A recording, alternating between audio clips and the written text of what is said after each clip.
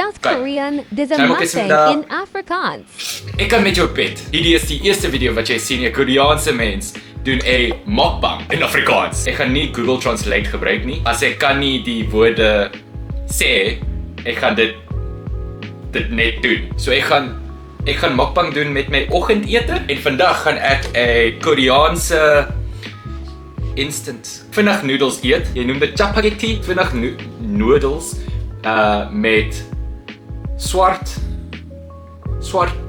beans en dit is een van my gunsteling vinnig noodles. Ek het dit gekoop in die Chinese Shopee.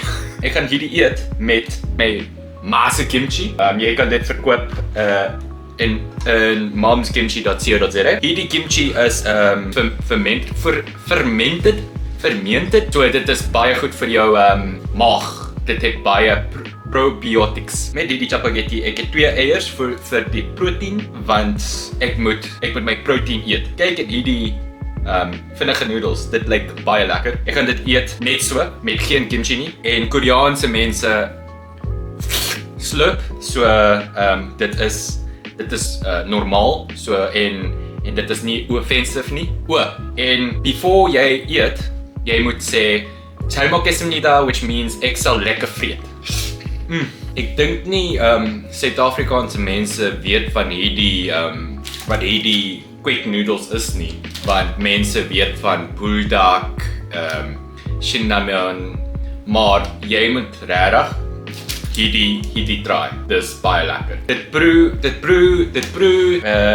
weet nie hoe dit broe nie en hoe dit om vir julle te describe nie, maar dit is baie lekker. Kos, as jy dit met kimchi het, dis soos die next level. Dit is soos hoe Suid-Afrika 13-14 spelers Frans gewen.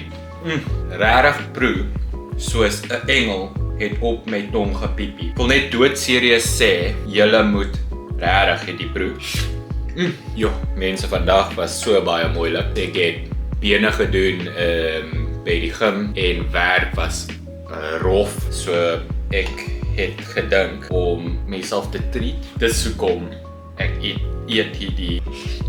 Maar in elk geval, dankie dat jy het hierdie video gekyk. Dit was 'n bietjie lank, maar as jy dit hou, dan sal ek meer van hierdie mukbangs doen in Afrikaans. Dankie baie en hoop julle het 'n baie goeie week en naweek hê. Lief vir julle.